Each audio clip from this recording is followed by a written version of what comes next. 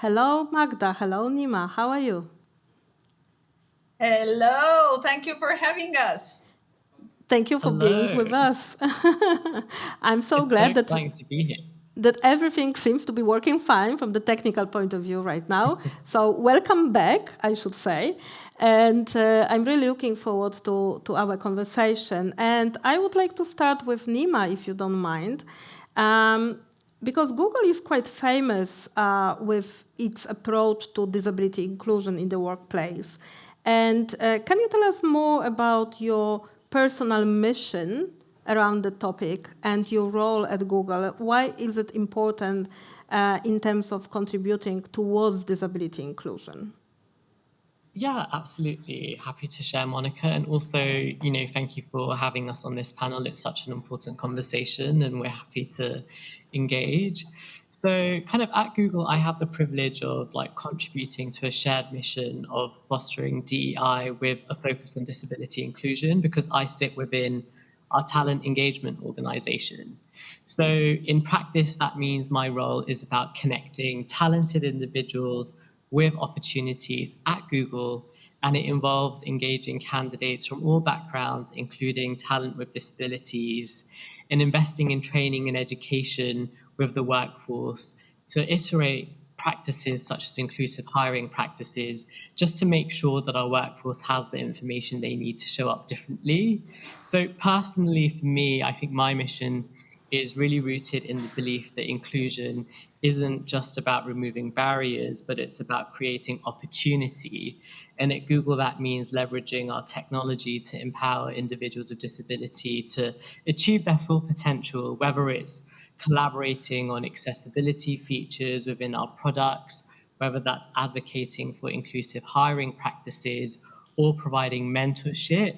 I think personally, I strive to ensure everyone's voice is seen and heard and valued. And ultimately, I think personally, I see myself as a bridge builder, kind of connecting the needs of the individual, the person, with the resources and the innovation that we have at Google to make a real difference. Excellent. And what is the role of your employee resource groups in terms of, benefiting towards disability inclusion at Google? Yeah, so I think the employee resource groups play such a big role. So we know retention is just as critical as the hiring stage. And one of our ERGs is called the Disability Alliance, and it was kind of founded by Googlers that wanted to advocate, build awareness, and share advice around disability. It plays a really vital role in fostering a sense of community and belonging for employees with disabilities. They provide mentorship programs, coaching. There's also professional development opportunities that are available within the Disability Alliance. And one specific, project or activation that takes place on a yearly basis that I always get really excited about because there are posters about it everywhere is something called our Accessibility and Disability Inclusion Week. And that's a specific week where across Google, in every single site that we have, we educate and we engage employees on disability inclusion as a collective. And it's just a really nice way to kind of build momentum around disability inclusion at one point. And I would say that would be focused primarily on the latter stages of the process. So once somebody is actually an employee, but there are also steps that we take before somebody joins Google just to make sure that accessibility is something that we thought up at the very first step. So we've really developed an accessibility first mindset with our hiring process as well. So of course, candidates can request accommodations at any stage. And often what we find is that a candidate doesn't know the type of accommodation that we want. So we've kind of introduced a service where they don't necessarily need to disclose their identity if they want to remain confidential, and they can speak about their accommodation needs with a kind of specialist agency that works them through it. And we're seeing that the majority of accommodations that are now being asked for are for talent with non-apparent disabilities.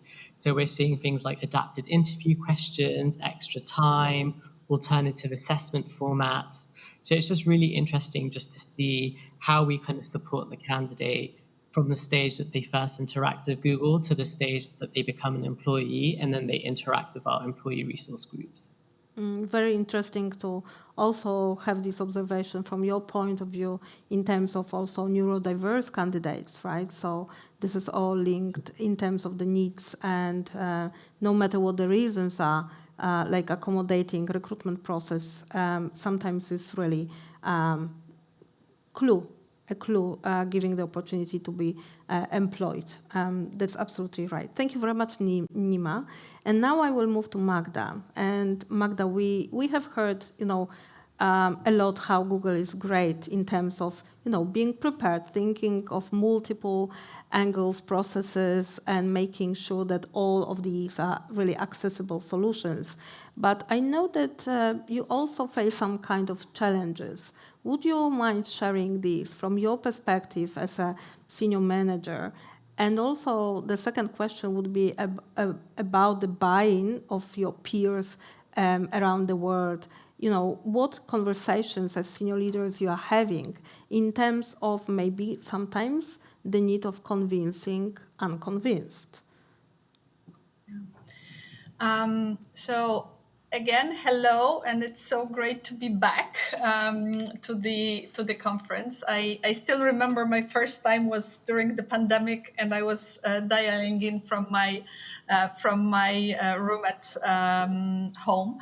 So first of all, folks, I am speaking from a very privileged position. My company, as you have seen, Google, is investing into actually driving the agenda in making our products and our work accessible to people with disabilities. And so I don't need to convince anyone in my company that this is critical, important, and in order for us to build technology for everyone, we need to create it in a way. It needs to be created by everyone, and we need to invite everyone to use it and to actually build it, less like in case of our workforce. Having said that,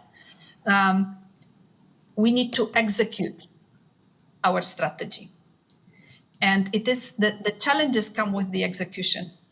I have the privilege of being the executive sponsor of the Disability Alliance. And as such, I work closely with the Disability Alliance that is bringing this, that is helping to land this strategy on the Polish market. And the challenges are in driving awareness that all of this, what Nima talked about, is actually real. It's actually not theory, but it can happen in practice. So that's why we are partnering with various universities to connect at the academia level to start to explain students that they are actually welcome to apply to our job postings, and that all of this accommodation processes are available should they want to use it. So that's one. But the second challenge is that I am facing a confidence gap. People with disabilities simply do not have confidence that they could get a job at Google. And that is why I will be always, delightful to come to conferences like that, because repetition does not spoil the prayer. Please help us to drive awareness among people with disabilities that they are an amazing talent, a valuable talent to join the companies. And in all honesty, if a company doesn't appreciate that, then it's their problem, it's the company problem, not the candidate problem. Okay. All of the research proves that diversity in whatever shapes and forms delivers better results, better business results. That's why, but of course it comes with some effort, it comes with some costs. So of course I have to create allyship within our leadership team to have more advocates towards encouraging how to land the disability strategy into a day-to-day work. So I don't know if I answered the question, but that's the and if it would be easy, it would probably not be coming with so many benefits. It is creating a competitive advantage, and to create a competitive advantage in a business is actually a difficult thing to do, and we have to be re-energized on and on again to actually do the advocacy. Okay, that is why if I can use this occasion to thank my Disability Alliance team, to thank particularly Asha, Malvina, Rania, Ola, Konrad, Jeremy. So they know who they are. This is a team of passionate people that constitutes the Google Poland ERG Disability Alliance ERG chapter, that go out there and have workshops with students with disabilities to help them how to write a CV, to help them run the interview process, to build their confidence that they are remarkable individuals that can and that they are very, very welcome to Google. And that's the message I would like to reiterate. Thank you. Thank you very much, Magda, for sharing lots of insights in terms of Google. Nima, going back to you, can you just inspire other organizations what they could be doing and how they could become better at, attracting talents with disabilities? What needs to be done and what needs to happen to be sure that the organization is really considering this unexplored pool of talents? Yeah, I think there's definitely a number of steps that they can take. But I would say before I go into tactics, I just want to acknowledge that there isn't necessarily a user guide or a manual for this work. In Google, we're also changing our approach as the world changes as well. And I think even coming to an event like this, trying to inform yourself is a really good starting point to inform those conversations. I would say personally for me, where it starts is at the top. So ensuring that you're able to get leadership buy-in and to really make disability inclusion a core organizational value. So establishing really incredible executive sponsors like Magda that's in our call today, who really champion inclusion and empower other leaders to advocate change. And I think one thing that stands out to me is when you're making the business case for this, you have to speak the same language as the leaders speak. So you need to emphasize that companies that are leading disability inclusion drive more economic profit, they drive more brand loyalty, and they also drive more shareholder returns, because that's the kind of language that these leaders would like to hear. And I would also say accountability as part of that leadership commitment is important, because we want to demonstrate that, we're genuine about our commitment to disability inclusion and it's not hollow. And in practice, that means holding ourselves to account, adding that commitment into performance evaluations, and also regularly checking the progress that we're making through clear goal settings. The second piece I would say that could be quite helpful is know what your starting point is. So for us, that would be data collection and analysis. We love data at Google.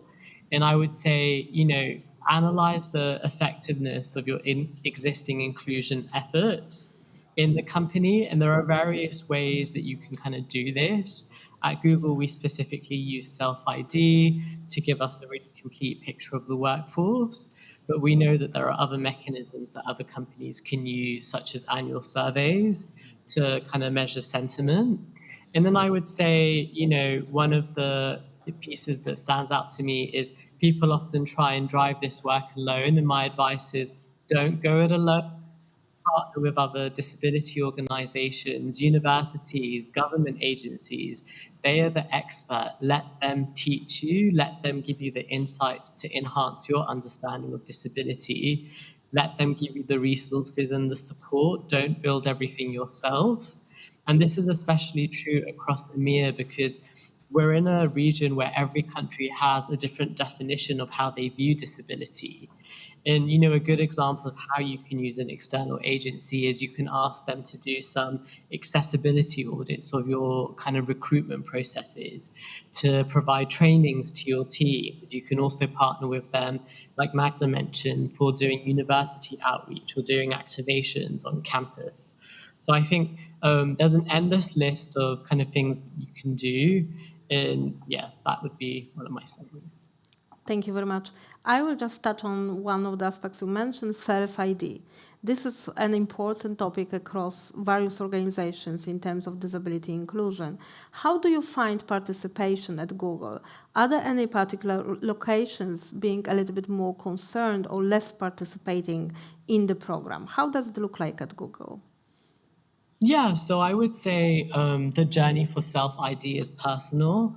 We always state that self-ID is voluntary, and everybody is on a very different stage of their disability journey. And you may not feel comfortable coming out and disclosing your disability via self-ID. And I think in recognition of that, of course, people are not forced to share their identity. But I think what I've noticed is as we do more awareness campaigns, as the Disability Alliance continues campaigning, people feel really comfortable at Google to be themselves, and they feel comfortable to ask for the support that they need. So we're seeing that at least self-ID kind of numbers are increasing incrementally year over year. And we're very transparent about our data. So for anybody that is interested, I would encourage them to visit the Diversity Annual Report. We publish one every year, and we include all of the data in that report. We don't always segment it by specific countries because of policy, but the data is there for anyone that is kind of curious to take a look. Excellent. Thank you very much, Dima. So Magda, if you were to really convince the other organizations, you said that Google is absolutely, you have full buy-in in terms of the topic. Everybody understands the business rationale, the economics, the benefits coming from disability inclusion in the workplace. What arguments would you use to convince the companies that are, like in my first part of the conversation said, they are not necessarily ready? This is the argument so often used by the boards, by the HR, who are not yet that far on this journey. What would you advise them? Yes. So I would build on Nima's point to have a buy-in from the leadership. Because setting a top-down example is critical in role modeling. Okay? If people hear that from the leadership team, from the executive team, they will understand it's an important point. Now, a little bit of a life hack, how to target right the leadership buy-in. Look for people who at any point in time experience the disability challenges. Okay, you will be surprised how many people are caregivers to disabled children, or how many people in the skiing season broke their leg or arm or something and experienced the disability challenges, the physical disability challenges. These are moments, these are people who will be more open to your Disability Alliance message, okay? Because they know what you are talking about. The same way as, people more sensitive to women representations are, for example, fathers of teenage daughters, right? Because they want to create a better environment for their So this works exactly the same way. So have them become your diversity, your disability advocates. Okay. or disability inclusion advocates, right? So that would be my one advice. Then I would say start with small steps. Before you see the benefit, the moment you invite someone, a person with disabilities to your organization, before you see the benefit on the business impact, you will see a benefit on the culture. We are seeing that the moment a person with disabilities starts to be part of our working environment, people need to, of course, learn how to behave, how to help, how not to disturb, etc. All of the things that were already mentioned today during the conference. And then the magic will happen. They will start feeling better about themselves, that they are inclusive. They will start feeling prouder about the company, that this is actually something, because this is something to be proud of, that our company is creating a working environment that is accessible, that respects the needs of people with disabilities. And then you will see the magic happens. So trust the magic will do the job as well, okay? And the culture, the overall company culture will benefit from that.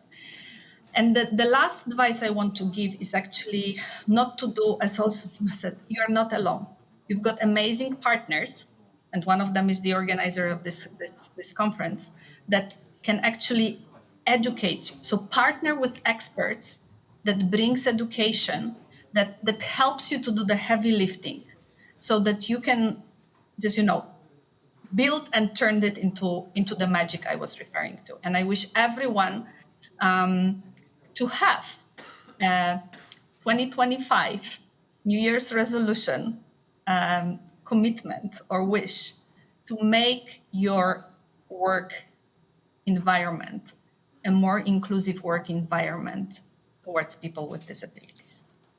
Thank you very much, Magda. That was really inspiring. Nima, thank you very much for being with us today. And I would really like only to summarize our conversation with the words, you are really making an incredible, valuable change to the world and your organization, and making the world disability smarter and better. Thank you for that and all your efforts and engagement. Thank you.